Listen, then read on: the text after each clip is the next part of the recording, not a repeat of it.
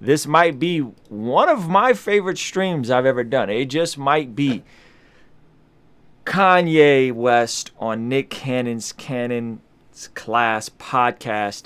This dropped today. This is part 2. Watch the full interview. Shout out to Nick Cannon. This was a really dope interview, and Kanye West comes out and says that he basically became a billionaire to show people he wasn't crazy, specifically Jay-Z. And his thought process in this is really interesting. This ties in to 2 scriptures that you got to stick around for till the very end. I promise you the juxtaposition of these 2 points of views are going to be very interesting. You're going to appreciate them. And before we get into any of that, I got to drop the intro one time. I don't need nothing else. Every time I'm with you, yo, it's something else. It's a fact, and it's nothing else. Got your hand out, you don't even need help. Ooh, I don't need nothing else. Every time I'm with you, yo, it's something else. It's a fact, and it's nothing else. Got your hand out, you don't even need help. Ooh, that's right. I don't need nothing else. That's right. King's Dream Entertainment. What's going on? It's Ruslan with KingsDreamENT.com. This channel exists to encourage, empower, inspire you to live God's dream for your life. Thank you for being here. My name is Ruslan, hip-hop entrepreneur, Christian follower of God. This channel exists for those who are looking to live God's dream, God's abundance, for the outlier, the politically agnostic, everybody in between. I'm excited about this stream. I'm really excited about this stream, I tell you what. But before we get into this stream, hey, do me a favor. Follow me on the gram. I actually got it right with my fingers this time. Follow me on Instagram. I'll reply to every single message on Instagram, direct message. I'm not one, even though I'm verified and I'm booming, I'm not one of those guys that don't be replying. Hit that subscribe button, hit the bell notification, join the gang. This video is brought to you by the world's most talented online community in the universe, the King's Dream Patreon community. We do a weekly Fan Love Friday music review where I review music over Zoom, and we do a Zoom coaching call every single Sunday night. By far the best community on the internet in terms of arts, creatives, entrepreneurs, everything in between. You should be a part of it. Shout out to Nick Cannon. One of my favorite Nick Cannon interviews. I've been critical of Nick Cannon in the past, but I think he did a killer job. So let's just jump right into it. All right, here we go. I'm thinking people calling me crazy, so I'm going to show them.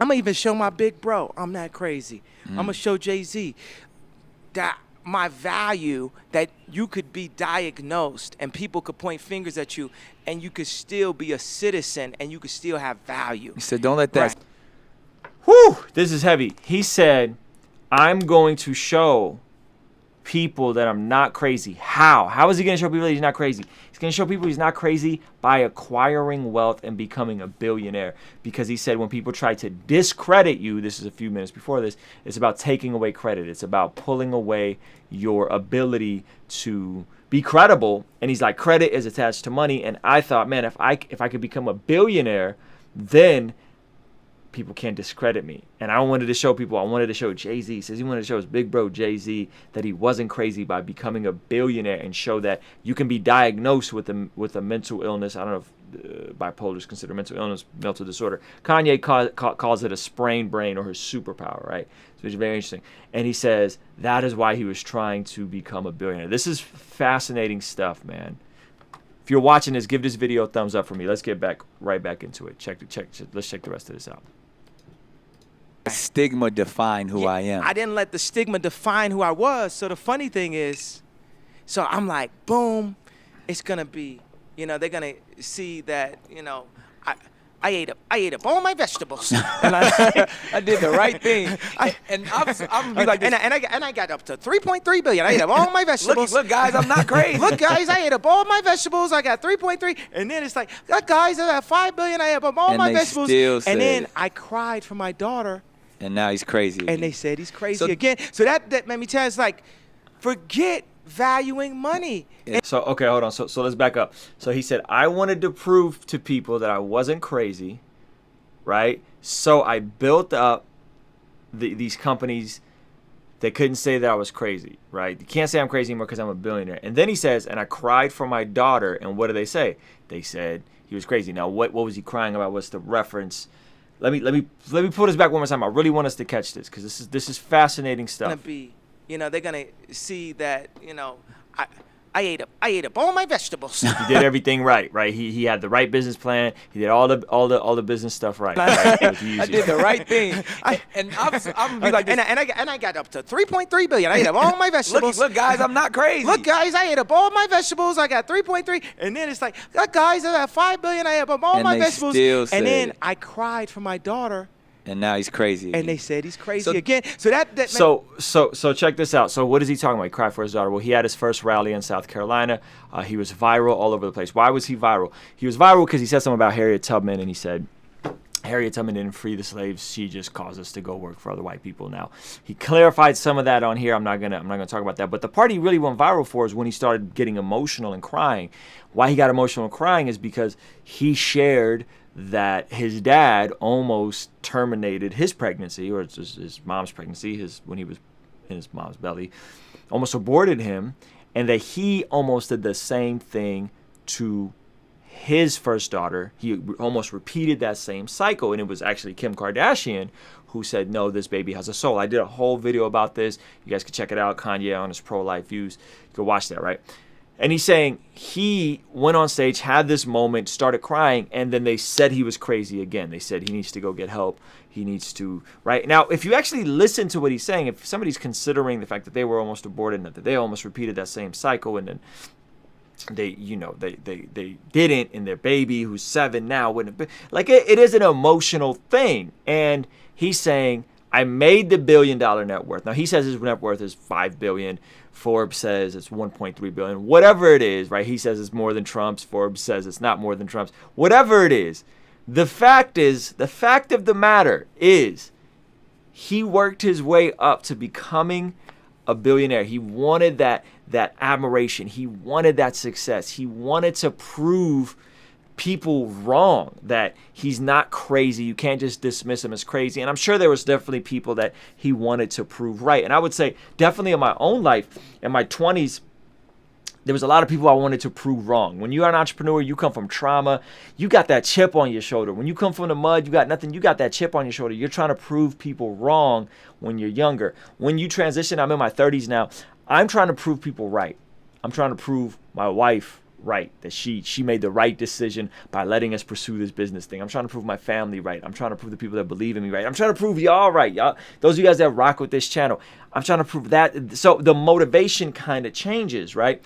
And so I could relate to this feeling. Let's keep watching though. Watch this. This goes into an interesting place, right? Now I'm gonna pull this back just a hair. Watch what he says. Cried for my daughter. And now he's crazy again. And they said he's crazy again. So that made me tell us, like, forget valuing money in that way. Because I thought. Forget valuing money in that way. Forget valuing money in that way. Keep watching. That if I would become a billionaire, that it could help me beat the stigma. But it was because it's funny because I got friends. If I became a billionaire, it would help me beat the stigma. Are you searching for certain degrees of success, for validation, for affirmation, because you think it's going to help you beat the stigma of whatever thing you have, whatever background you come from, whatever issues you have? And is that driving you to achieve specific things, whether that's fame, notoriety, right? A lot of us get on these platforms because we are trying to overcompensate something. I have a whole discussion going on my Twitter page right now. Follow me on Twitter.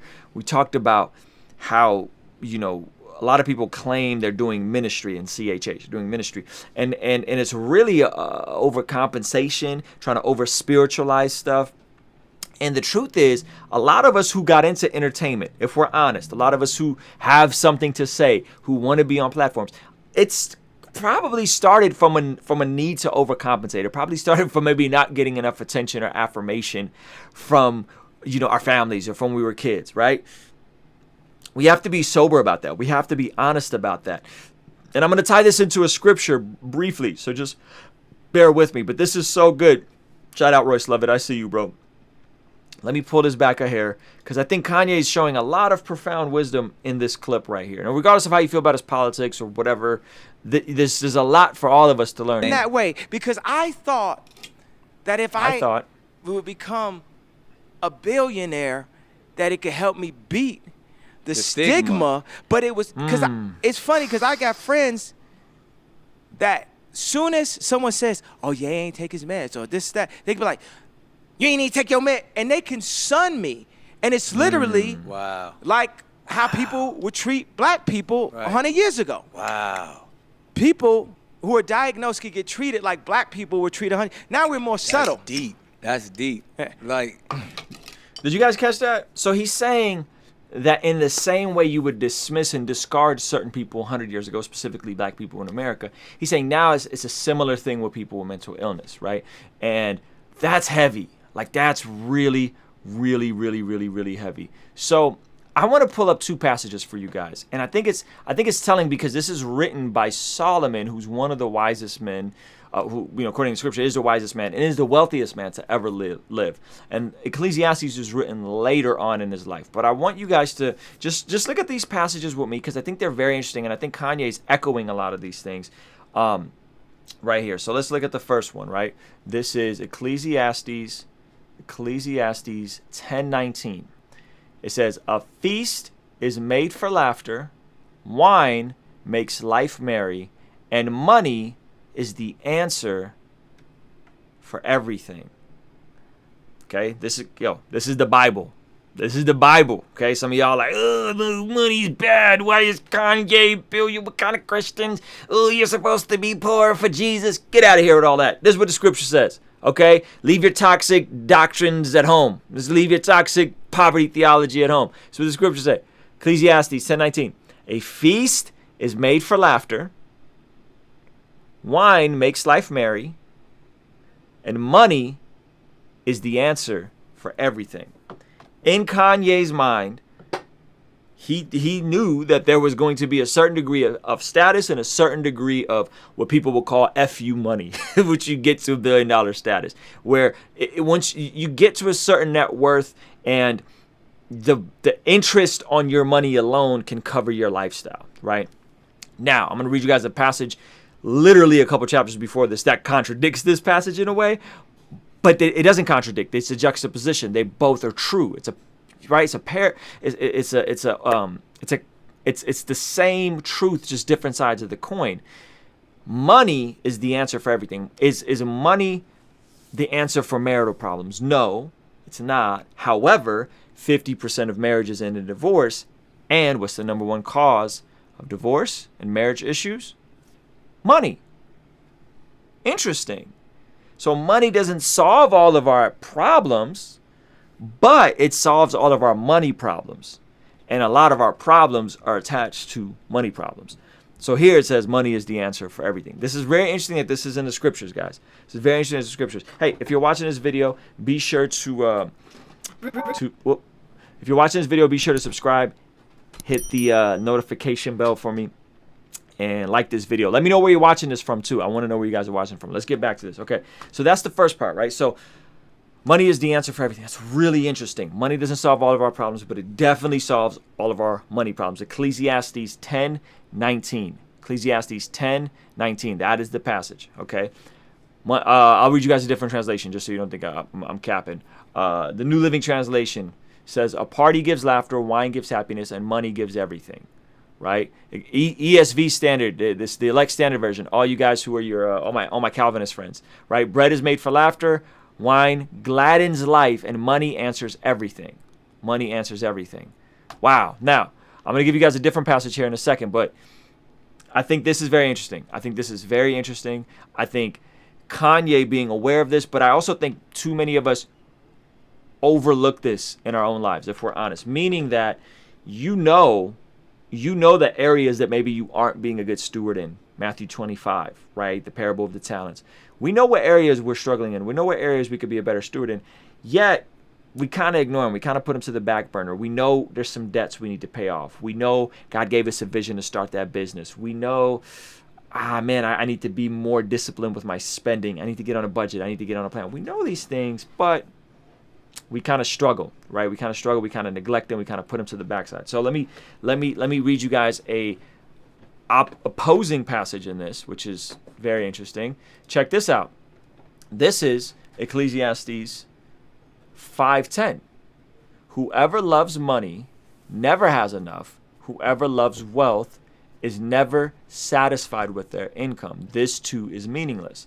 So this says money solves everything, or money gives everything. I would translate it to money solves all of our money problems, and a lot of our money problems are connected to a lot of areas of our lives, right? So that's true. We know that that's true. And yet 5 chapters before, here you got Solomon, wisest man, wealthiest man to ever live, says, whoever loves money never has enough. Whoever loves wealth is never satisfied with their income. This too is meaningless. And you have Kanye in the middle of this, one of the first hip hop billionaires, I believe Dr. Dre was the first one, Jay-Z, and he says that I will never value money in that way again. Let's play this back. And I'm gonna be like this. And I got up to 3.3 billion. I ate up all my Got up to vegetables. Look, guys, I'm not billion. crazy. Look, guys, I ate up all my vegetables. I got 3.3, and then it's like, look, guys, I got 5 billion. I ate up all And my they vegetables, still said and then it. I cried for my daughter, And now he's crazy. and they said he's crazy So- again. So that made me tell us, like, forget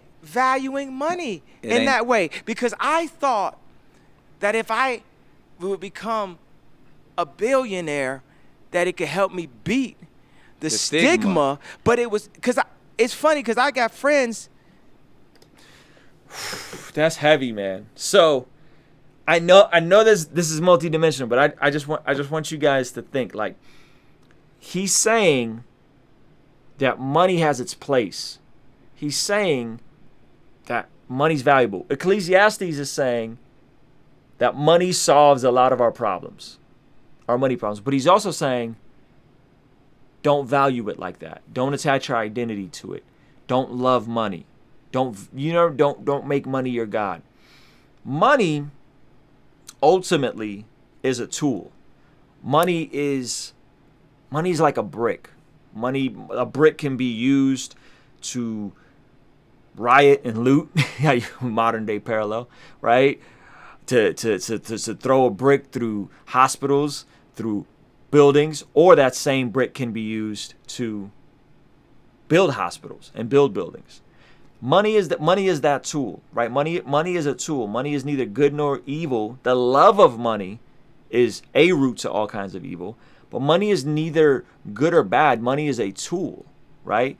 It is a tool, and we are not to worship it, but we are not to dismiss it and ignore its practical, tangible use, especially those of us who call ourselves Christian. If you're not a Christian, I don't care what your views are. You want to be a socialist, you want to be a, whatever. That's your business. But if you're a Christian, you can't ignore either side. And so bring this full circle. We have to acknowledge the era that we live in. We live in the most technologically advanced era. We live in an area where wealth can be created in an ethical way. We live in an era where there's a degree of freedom to go out and build these things that even a kid from the south side of Chicago who was almost aborted because his dad didn't want to have him, with bipolar disorder, goes on and becomes one of the greatest artists of our generations and builds a multi-billion-dollar empire. And in the end of it all says that it doesn't matter. Give this video a like, give it a thumbs up. Sorry for the tech issues. Hopefully I don't got to make this video again, but I'm totally down to. I'm going to watch it back and see how bad it is. Hopefully it's not terrible. Yo, give this video a quick thumbs up. I've been having technology issues for the past couple of days, man. It's very frustrating. But it's all good. We in it to win it, baby. All right?